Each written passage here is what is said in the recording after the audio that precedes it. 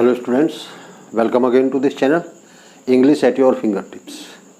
Students, आज हम model auxiliaries की जो हमारी सीरीज चली हुई है उसका पार्ट 7 आपके सामने एक्सप्लेन करने जा रहे हैं।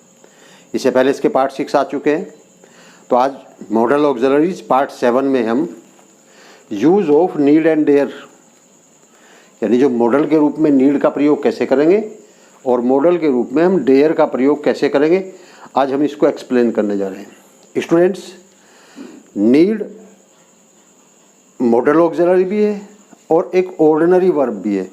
तो नीड का प्रयोग दोनों तरह से किया जाता है, मॉडल ऑक्सिलरी के रूप में भी किया जाता है, ऑर्डिनरी रूप में भी किया जाता है।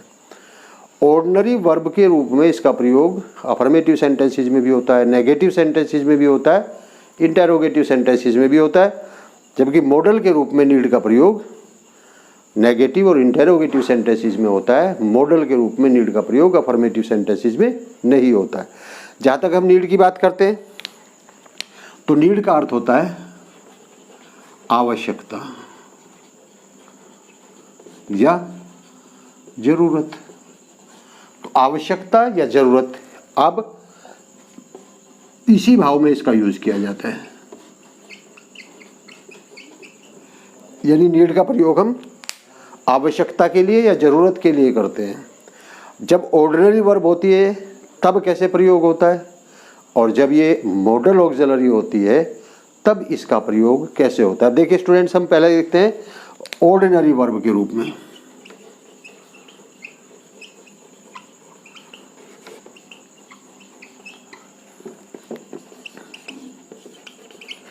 As an ordinary verb, ordinary verb क्या होती है? नीड मीन्स जरूरत या नीड मीन्स आवश्यकता। देखिए जैसे he needs some money now, he needs some money now, इसका मतलब क्या हुआ? अब उसे कुछ धन की आवश्यकता। भी स्टूडेंट्स, यहाँ जो ये नीड है ये ऑर्डिनरी वर्ब है, और चूंकि टेंस कौन सा है? प्रेजेंट टेंस है, इसलिए हमने इसमें किसका प्रयोग किया है? एस का प्रयोग किया है। और सिंपल प्रेजेंट टेंस में वर्ब की फर्स्ट फॉर्म में एस का प्रयोग किसके साथ किया जाता है?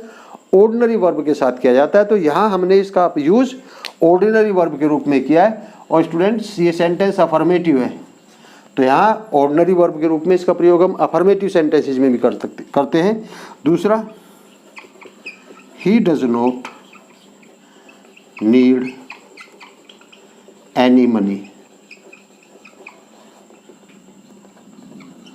अब देखें स्टूडेंट्स, यहाँ नेगेटिव सेंटेंस हो गया और डज के साथ नीड का प्रयोग किया गया है, यानी डज के साथ वर्ब की फर्स्ट फॉर्म लगती है, तो फिर से नीड का प्रयोग हमने ऑर्डिनरी वर्ब के रूप में किया है।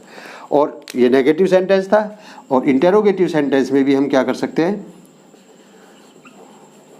Why does he need money. अब देखिए ये सेंटेंस आपका क्या हुआ? इंटेरोगेटिव सेंटेंस हुआ। और यहाँ भी यदि हम देखें तो क्या है? ये जो नीड है इसका प्रयोग ऑर्डिनरी वर्ब के रूप में किया गया। तो स्टूडेंट, जब हम ऑर्डिनरी वर्ब के रूप में नीड का प्रयोग करते हैं तो नीड के साथ टेंस के अकॉर्डिंग, अब देखिए यदि पास्ट टेंस हो सकता है तो पास्ट टेंस में क्या हो जाएगा? इसकी पास्ट फॉर्म लग जाएगी। पास्ट फॉर्म क्या होती है नीड की? नीडेड हो जाती है। तो ऑर्डिनरी वर्ब के रूप में जब हम प्रयोग करते हैं नीड का, तो जैसा टेंस होता है, जैसी टेंस की रिक्वायरमेंट होती है, वर्ब नीड का प्रयोग हम उसी तरह से करते हैं। उसके साथ सिंपल टेंस में हमने प्रेजेंट टेंस में हमने एस लगाया, पास्ट टेंस में हमने उसकी सेकंड फॉर्म लगाई यानी पास्ट फॉर्म लगाई, और जो परफेक्ट टेंस यदि होता है थर्ड फॉर्म लग जाती है, उसकी पास्ट पार्टिसिपल फॉर्म लग जाती है। तो इस तरह से नीड का प्रयोग हम ऑर्डिनरी वर्ब के रूप में भी कर सकते हैं। और स्टूडेंट्स, ऑर्डिनरी वर्ब के रूप में जब हम नीड का प्रयोग करते हैं तो वो अफर्मेटिव यानी पॉजिटिव, नेगेटिव और इंटेरोगेटिव तीनों तरह के सेंटेंसेस में नीड का प्रयोग किया जाता है। लेकिन जब हम नीड का प्रयोग मॉडल ऑक्सिलरीज के रूप में करते हैं, स्टूडेंट्स ध्यान दें, जब इसका हम ऑर्डिनरी वर्ब के रूप में यूज़ करें तब भी इसका अर्थ आवश्यकता या ज़रूरत है, और जब हम इसका प्रयोग मॉडल ऑक्सिलरी के रूप में कर रहे हैं तब भी इसका अर्थ आवश्यकता या ज़रूरत है। यहाँ ये ऑर्डिनरी वर्ब के रूप में हेल्पिंग वर्ब के साथ यूज होकर के फुल वर्ब है, मेन वर्ब है, जबकि मॉडल ऑक्सिलरीज के रूप में जब हम इसका यूज करते हैं तो मॉडल ऑक्सिलरीज के रूप में ये मॉडल रह जाती है और इसके साथ फिर वर्ब की फर्स्ट फॉर्म का यूज होता है। वैसे यदि देखा जाए तो नीड के साथ इन्फिनिटिव वर्ब होती है और इन्फिनिटिव वर्ब भी एक इन्फिनिटिव वर्ब का भी एक प्रकार होता है जिसको हम बेयर इन्फिनिटिव कहते हैं। बेयर इन्फिनिटिव होती है ऐसी इन्फिनिटिव जिसका टू हाइड हो रखा होता है, यानी बिना टू की जो इन्फिनिटिव होती है उसको बेयर इन्फिनिटिव कहते हैं। तो नीड के साथ हम बेयर इन्फिनिटिव का यूज करते हैं। तो स्टूडेंट्स ये तो था आपका ऑर्डिनरी वर्ब के रूप में। अब हम देखते हैं मॉडल वर्ब के रूप में। तो मॉडल वर्ब के रूप में हम नीड का प्रयोग कैसे करेंगे? अर्थ वो ही रहेगा जो इसका ऑर्डिनरी रूप में था। तो मॉडल के रूप में इसका प्रयोग नेगेटिव सेंटेंसेस में और इंटेरोगेटिव सेंटेंसेस में किया जाता है। उस कंडीशन में ये क्या होता है? पॉजिटिव सेंटेंस या अफर्मेटिव सेंटेंस में इसका यूज हम नहीं कर सकते। तो या तो नेगेटिव सेंटेंस में मॉडल के रूप में इसका यूज होता है या इंटेरोगेटिव सेंटेंस में मॉडल के रूप में होता है। मॉडल के रूप में नीड का प्रयोग पॉजिटिव या अफर्मेटिव सेंटेंस में नहीं होता। और ये ध्यान रहे कि इसके साथ हम क्या लगाते हैं? इसके साथ हम बेयर इन्फिनिटिव वर्ब लगाते हैं। बेयर इन्फिनिटिव वर्ब, यानी हम ये कह सकते हैं वर्ब की फर्स्ट फॉर्म, यानी ऐसी इन्फिनिटिव वर्ब जिसका टू हाइड हो रखा होता है, यानी बिना टू की इन्फिनिटिव। अब देखिए हम क्या कर सकते हैं, जैसे क्या हो जाएगा? सब्जेक्ट और फिर क्या हो जाएगा? नीड, नोट, वर्ब की first form, object, remaining part. ये फॉर्मेशन किसकी हो गई? Negative sentences. यदि नेगेटिव सेंटेंस है तो उसकी फॉर्मेशन इस तरह से बनेगी, सब्जेक्ट और फिर नीड। और ध्यान दें स्टूडेंट्स, जब मॉडल के रूप में हम नीड का प्रयोग करें तो उसमें कोई भी एस या ई एस का प्रयोग नहीं कर सकते और उसकी सेकंड फॉर्म भी हम नहीं लगा सकते, क्योंकि यहाँ ये मॉडल है। और मॉडल क्या होती है स्टूडेंट्स? मैं पहले भी आपको कई बार बता चुका हूँ। मॉडल वह वर्ब होती है जो मेन वर्ब के साथ यूज होकर के उस मेन वर्ब का मोड एक्सप्रेस करती है। अब यहाँ मेन वर्ब क्या है? मेन वर्ब ये होगी और इसका मोड प्रकट करने के लिए हमने नीड का प्रयोग किया है। तो इसलिए नीड के साथ हम कोई छेड़छाड़ नहीं कर सकते। नीड के साथ ना तो हम इसमें एस या एस जोड़ सकते हैं और ना ही नीड की हम सेकंड थर्ड फॉर्म का प्रयोग जब मॉडल के रूप में हम इसको करें नहीं कर सकते। वर्ब मेन ये है और इसका कार्य केवल इसका मोड प्रकट करना है। तो ये नेगेटिव सेंटेंस हुआ। इसी तरह से हम कह सकते हैं ही नीड नॉट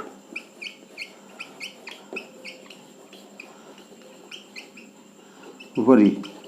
अब देखिए students, he need not worry, he need not worry, उसे चिंता करने की आवश्यकता नहीं। अब यहां यदि ध्यान दें, उसे चिंता करने की जरूरत नहीं है। अब यहां ध्यान दें, चिंता करने। और स्टूडेंट्स, जब भी वर्ब में ना ने लगता है, यानी वर्ब का अंत जो होता है हिंदी, जब भी वर्ब की हिंदी अर्थ का अंत ना नी से होता है तो वो इन्फिनिटिव वर्ब होती है या जीरंड होता है। और जो इन्फिनिटिव वर्ब होती है वो टू प्लस वर्ब की फर्स्ट फॉर्म होती है। तो यहाँ ये जो वर्ब आई है ही नीड नॉट वरी, तो वरी का अर्थ क्या हुआ है? वरी मीन्स हुआ चिंता करना। तो चिंता करना मतलब इन्फिनिटिव, तो वरी इन्फिनिटिव तो है यहाँ, लेकिन उसका टी छिपा हुआ है, यानी हम टी का प्रयोग नहीं, सॉरी टू का प्रयोग नहीं करते।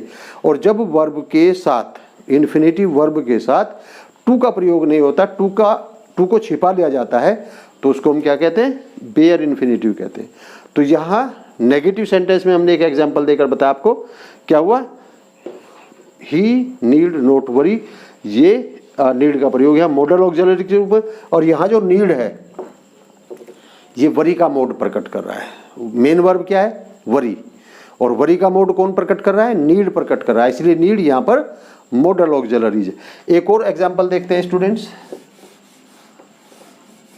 यदि ये इंटेरोगेटिव सेंटेंस हो तो हम क्या करेंगे? स्टार्टिंग में नीड आ जाएगा, फिर सब्जेक्ट आ जाएगा, यदि आवश्यकता हो तो नोट आ जाएगा, वर्ब की फर्स्ट फॉर्म आ जाएगी, ऑब्जेक्ट आ जाएगा, रिमेनिंग पार्ट आ जाएगा, बाद में मार्क ऑफ इंटेरोगेशन आ जाएगा। अब जैसे यही सेंटेंस था, need I worry about it. अब देखिए यहाँ ये मॉडल ऑक्सिलरी। अब यहाँ स्टूडेंट्स ध्यान दें, टैग टाइप क्वेश्चन के लिए हम सेंटेंस के शुरू में या तो हेल्पिंग वर्ब का प्रयोग करते हैं, ऑक्सिलरी वर्ब का प्रयोग करते हैं, या मॉडल ऑक्सिलरी का प्रयोग करते हैं। अब हमने सेंटेंस के शुरू में नीड रखा है। अब देखिए सेंटेंस क्या है, क्या मुझे इस बारे में चिंता करने की जरूरत है। अब देखो स्टूडेंट्स, यहां फिर से क्या आ गया, चिंता करने। इसका मतलब ये जो वरी वर्ब है ये क्या है, यहाँ पर इन्फिनिटिव वर्ब है, क्योंकि वर्ब का जो हिंदी अर्थ है वो ना नीने से फिनिश हो रहा है, लेकिन वरी के पहले टू नहीं लगा हुआ। इससे स्पष्ट हो रहा है कि ये इन्फिनिटिव तो है लेकिन बेयर इन्फिनिटिव है, और बेयर इन्फिनिटिव वो वर्ब होती है, वो इन्फिनिटिव वर्ब होती है जिसका टू छिपा हुआ होता है। यानी बिना टू की इन्फिनिटिव वर्ब को हम बेयर इन्फिनिटिव कहते हैं। तो स्टूडेंट्स, नीड के साथ जो होती है वो बेयर इन्फिनिटिव का प्रयोग किया जाता है, टू छिपा हुआ होता है। तो ये स्टूडेंट्स क्या था, मॉडल ऑक्सिलरीज के रूप में हम किसका प्रयोग करते हैं, नीड का प्रयोग करते हैं। और केवल नेगेटिव और इंटेरोगेटिव सेंटेंसेस में नीड का प्रयोग इन्फिनिटिव मॉडल के रूप में होता है। पॉजिटिव या अफर्मेटिव सेंटेंस में नीड का प्रयोग नहीं किया जाता मॉडल ऑक्सिलरीज के रूप में। ऑर्डिनरी वर्ब के रूप में जब हम नीड का प्रयोग करते हैं तो अफर्मेटिव, नेगेटिव और इंटेरोगेटिव तीनों तरह के सेंटेंसेस में किया जाता है। एक और एग्जांपल देखते हैं, ही नीड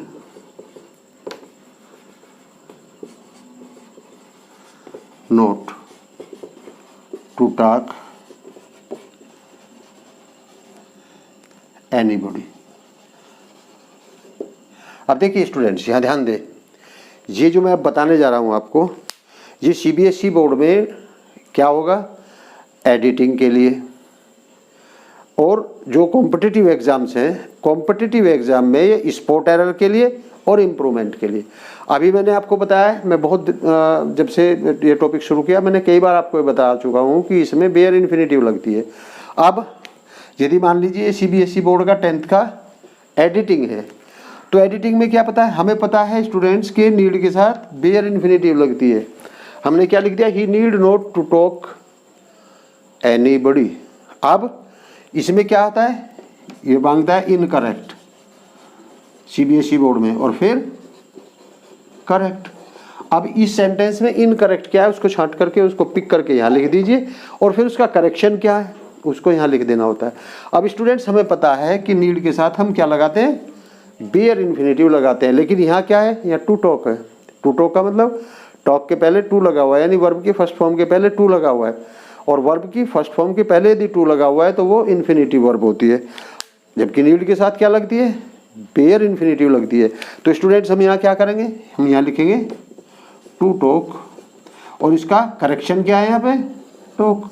तो यानी टू टॉक को हटा करके यदि हम टॉक कर देते हैं तो हमारा सेंटेंस एडिट हो जाता है। तो सीबीएसई बोर्ड की क्लास 10th में इस तरह के क्वेश्चन पूछे जाते हैं। जहाँ तक कॉम्पिटिटिव एग्जाम की बात है स्टूडेंट्स, तो स्पॉट एरर के लिए इस तरह से कर देते हैं, ये पोर्शन ए और ये हो गया इसका बी, ये हो गया सी और ये हो गया डी। अब देखिए, इसको इस तरह से पूछा जाता है कि इसके 4 पोर्शन हमने बना दिए ए बी सी डी। यदि इसके ए पार्ट में मिस्टेक है तो आपका आंसर ए हो जाएगा, यदि इसके बी पार्ट में मिस्टेक है आपका आंसर बी हो जाएगा, सी पार्ट में मिस्टेक है आपका आंसर सी हो जाएगा। और यदि नहीं मिस्टेक है, जरूरी नहीं इसमें एरर हो, ये भी हो सकता है कि सेंटेंस में एरर ही ना हो, तो यदि सेंटेंस में एरर नहीं तब आपका आंसर हो जाता है डी। तो अब स्टूडेंट्स, हम देखें, हमें पता है, क्या पता है कि नीड के साथ बेयर इन्फिनिटिव लगती है, तो आपका आंसर क्या हो गया, बी। आपका आंसर हो गया बी, कि बी में एरर है।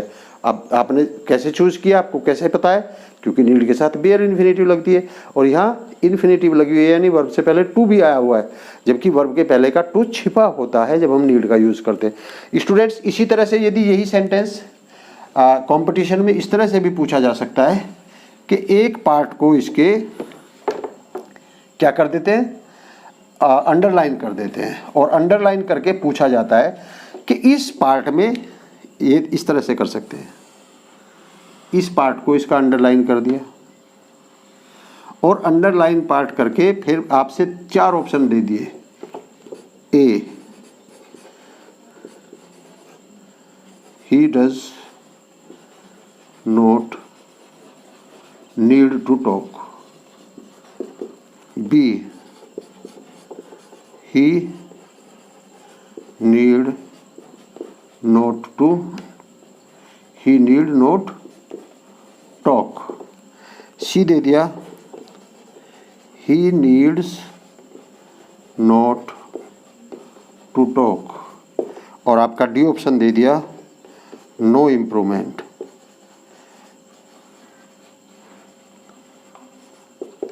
अब स्टूडेंट जो सेंटेंस में दिया गया अंडरलाइन पार्ट है, आपके पास 3-4 ऑप्शन दिए ए बी सी डी। यदि जो अंडरलाइन पोर्शन है, यदि इसमें से ए पोर्शन को रखने पर वो इम्प्रूव हो जाता है तो आपका आंसर ए, बी को रखने पे इम्प्रूव हो जाता है आपका आंसर बी, और सी को रखने पे इम्प्रूव हो जाता है आपका आंसर सी, और डी को रखने पे हो जाता है आपका आंसर डी। अब स्टूडेंट्स देखें, डज नॉट तो आ ही नहीं सकता, चूँकि नीड और यहाँ वर्ब, तो यदि ये ऑर्डिनरी वर्ब होती है तो ये वर्ब यहाँ नहीं होनी चाहिए थी, तो इसलिए ये तो हो नहीं सकता। He does not need to talk. दूसरा, ही नीड नॉट टॉक। अब ये आपका आंसर सही है, क्योंकि आपको क्या लगाना है, आपको बेयर इन्फिनिटिव का प्रयोग करना है। तो आप इस अंडरलाइन पार्ट के ही नीड नॉट टू टॉक के बजाय यदि ही नीड नॉट टॉक का प्रयोग कर देंगे तो आपका सेंटेंस इम्प्रूव हो जाएगा। तो इस तरह से स्टूडेंट्स ये कॉम्पिटिटिव एग्जाम के लिए भी बहुत इंपॉर्टेंट है। तो ये रहा आपका यूज ऑफ नीड। अब देखते हैं स्टूडेंट्स दूसरा आपका यूज ऑफ डेयर। डेयर का अर्थ साहस होता है, डेयर का अर्थ हिम्मत होता है, और इसका प्रयोग भी दोनों तरह से किया जाता है, मॉडल ऑक्सिलरीज के रूप में भी, ऑर्डिनरी वर्ब के रूप में भी। तो डेयर का अर्थ साहस या हिम्मत, ऑर्डिनरी रूप में भी किया जाता है। जब इसका ऑर्डिनरी वर्ब के रूप में हम यूज करते हैं तो अफर्मेटिव, नेगेटिव और इंटेरोगेटिव, तीनों सेंटेंसेस में इसका यूज होता है। और जब हम मॉडल के रूप में इसका यूज करते हैं तो मॉडल्स के रूप में फिर से इसका प्रयोग नेगेटिव सेंटेंसेस के और इंटेरोगेटिव सेंटेंसेस के रूप में किया जाता है। और स्टूडेंट्स जब हम इसका यूज मॉडल के रूप में करते हैं तो इसके साथ भी बेयर इन्फिनिटिव आती है। ये ध्यान रखेंगे कि ऐसी इन्फिनिटिव आती है जिसका टू छिपा हुआ होता है। ऑर्डिनरी रूप में यदि हम इसका प्रेजेंट फॉर्म में करते हैं तो वर्ब में ऐसी ही आ जाएगा सिंगुलर सब्जेक्ट के साथ, या प्लूरल सब्जेक्ट होगा वर्ब की फर्स्ट फॉर्म होगी। नेगेटिव होगा इसका ही पास्ट टेंस में क्या हो जाएगा, सेकंड फॉर्म आ जाएगी। यदि ये परफेक्ट होगा तो पास्ट पार्टिसिपल फॉर्म आ जाएगी, यानी वर्ब की थर्ड फॉर्म आ जाएगी। लेकिन यहाँ जब इसका हम मॉडल के रूप में यूज़ करते हैं तो मॉडल के रूप में जब हम इसका यूज़ करते हैं ना तो इसके साथ SEIS लगेगा प्रेजेंट टेंस में, और ना ही इसकी सेकंड फॉर्म लगेगी। यहाँ मॉडल के रूप में इसका प्रयोग केवल नेगेटिव और इंटेरोगेटिव सेंटेंसेस में किया जाता है। यूज़ कहाँ करेंगे, दो इसके यूज़ होते हैं, एक तो साहस के लिए या हिम्मत के लिए। जब हम साहस की बात करते हैं तो हम इसका यूज़ करते हैं साहस या हिम्मत। करेज के लिए जब हम इसका यूज़ करते हैं, जैसे आपने कई बार देखा होगा, how day you touch me. अब देखिए students, how day you touch me, यानी तुम्हें मुझे छूने की हिम्मत कैसे हुई, या तुमने मुझे छूने का साहस कैसे किया। अब देखिए यहाँ स्टूडेंट्स, यहाँ टच का अर्थ क्या हुआ, छूने का साहस कैसे किया। अब देखिए वर्ब क्या है, छूना। टच का अर्थ क्या हुआ, छूने की। तो वर्ब किससे समाप्त हो रही है, ना नीने से। हिंदी अर्थ ना नीने से समाप्त हो रहा है, और जब भी वर्ब का अर्थ, हिंदी अर्थ ना नीने से समाप्त होता है तो वो इन्फिनेटिव वर्ब होती है। लेकिन चूंकि इसके पहले टू नहीं लगा हुआ है, इसलिए हम इसको क्या कहेंगे कि ये बेयर इन्फिनेटिव है स्टूडेंट्स, ठीक है। और इसी तरह से हम दूसरा जो है, चुनौती देने के लिए,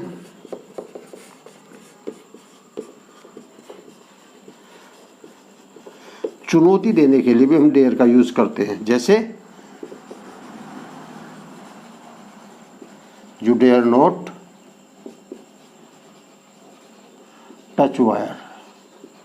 अब यहां क्या कह रहा है students, you dare not touch wire, कि तुम्हें वायर को टच करने की हिम्मत नहीं दिखानी चाहिए, या तुम्हें वायर को टच करने का साहस नहीं करना चाहिए। उसको वार्निंग दी जा रही है। इट मीन्स, इसका मतलब सीधा क्या हुआ कि आपको वायर टच नहीं करना है, और यदि आप वायर टच करेंगे तो आपके लिए चेतावनी है कि वो आपके लिए हानिकारक हो सकता है।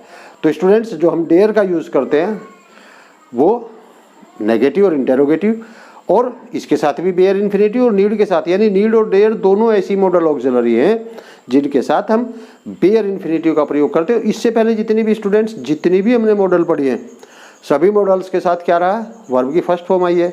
लेकिन नीड और डेयर ये दो ऐसी वर्ब हैं जिनके साथ इन्फिनेटिव वर्ब का यूज किया जाता है, और इन्फिनेटिव भी बेयर इन्फिनेटिव होती है जिसका टू हाइड हो रखा होता है। स्टूडेंट्स, 10th क्लास के एडिटिंग के लिए सीबीएसई बोर्ड में जो आता है, ये बहुत इंपॉर्टेंट टॉपिक है। और जो आपके कॉम्पिटिटिव एग्जाम है, कॉम्पिटिटिव एग्जाम में अक्सर ये इनमें से डेयर या नीड में से एक क्वेश्चन अक्सर पूछा जाता है, स्पॉट एरर के लिए या इंप्रूवमेंट ऑफ द सेंटेंस के लिए। तो स्टूडेंट्स, ये था आपके सामने मॉडल ऑक्सिलरी का part 7, use of need and dare. Students, यदि आपने मेरे चैनल को सब्सक्राइब नहीं किया तो चैनल को सब्सक्राइब करिए, वीडियो को लाइक करिए, वीडियो पर कमेंट करिए, ताकि मुझे भी पता चले कि वीडियो आपको कैसी लगी। अपने साथियों के साथ जितना ज़्यादा से ज़्यादा इसको शेयर कर सकते हैं उतना ज़्यादा से ज़्यादा शेयर करिए, ताकि आपके साथी भी, आपके फ्रेंड्स भी इस वीडियो का अधिक से अधिक लाभ उठा सके। तो स्टूडेंट्स, चैनल को सब्सक्राइब करिए, वीडियो को लाइक करिए, कमेंट करिए, पूरी वीडियो देखिए, तभी आपको कंटेंट समझ आएगा। यदि आप थोड़ी बहुत आधी अधूरी देखेंगे तो फिर वीडियो आपको अच्छे से समझ नहीं आएगी, आपका टॉपिक भी क्लियर नहीं होगा। तो टॉपिक को क्लियर करने के लिए पूरी वीडियो देखिए बैठ करके। स्टूडेंट्स, सब्सक्राइब करिए, वीडियो को लाइक करिए, कमेंट करिए, और जितनी ज़्यादा हो सकती है उतने ज़्यादा से ज़्यादा इसको शेयर करिए। स्टूडेंट्स, मिलते हैं नेक्स्ट किसी वीडियो में, तब तक के लिए थैंक यू वेरी मच।